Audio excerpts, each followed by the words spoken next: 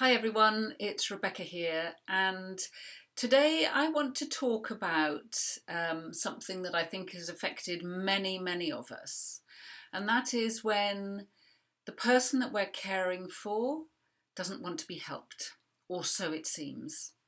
Okay, they're pushing us away, they're refusing to eat, maybe, or to listen, or to be around us. They don't want to go to medical appointments, just insisting that there's nothing wrong. And I've seen this so many times and experienced it as well when Bea was ill. And it's really tough, and I know that, and it can be really scary as well, because we see them, particularly with anorexia, shrinking away, and they're insisting that there's nothing wrong. And it can bring up, particularly, especially if we're parents, this, well, for me anyway, the big mama bear, wanting to protect and help them see and get angry and frustrated and so much that we just don't know what to do and where to turn. So I wanted to share just a short video really today, just to maybe give some guidance here and what I see to be helpful. And I know I've shared this in a past video, but there's, I heard on a webinar, can't remember when it was now, a mentor talking about the importance of speaking to the person behind the mask. And eventually, the person behind the mask will respond. Because all of this, I don't need help, there's nothing wrong, is the mask. It's the eating disorder. It is absolutely not who they are.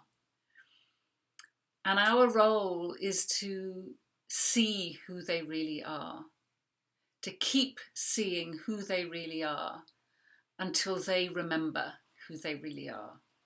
Does that make sense?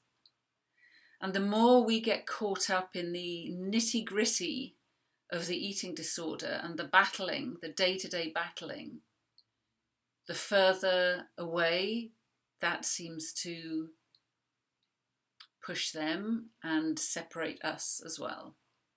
And I know this is hard. I really know how hard this is, because we want to make them well. We want them to be sorted out now. We want them to see it now.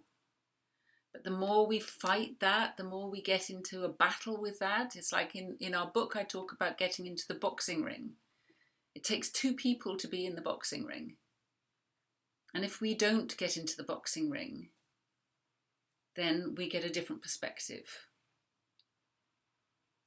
And I know that this is really hard, okay, when they're refusing help. And all I can urge you to do is to keep seeing who they really are, to keep faith. And I know that's hard, but to keep speaking to the person behind the mask. And the importance in this as well is to make sure that you are looking after yourself and you are living your life.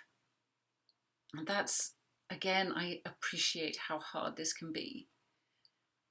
But the more that we bring a normality as much as we can into our life, with other children that you've got around, with your partner perhaps, or whatever is going on in your life, is to keep a sense of normality. Because the more we feed that anorexic thinking, the bigger it becomes and the tougher it becomes. And I remember, just at those points when I remembered, is to be able to see, to be able to confront the anorexic voice and not being scared of it, and to keep focusing on who she really was and who she really is. So there's, you know, that there's that, and I hope that that gives you some kind of perspective. But also, it's so important that, you know, we keep in contact with whatever medical interventions you've got going on at the time, however hard it is. And however, you know, I remember one family therapy session, all around in a circle, and it was so tough. And there was B with her feet on the table, with her arms crossed, absolutely so completely different to the young girl that I knew her to be. Her anger, the eating disorder's anger coming out. So I don't know if you find that helpful.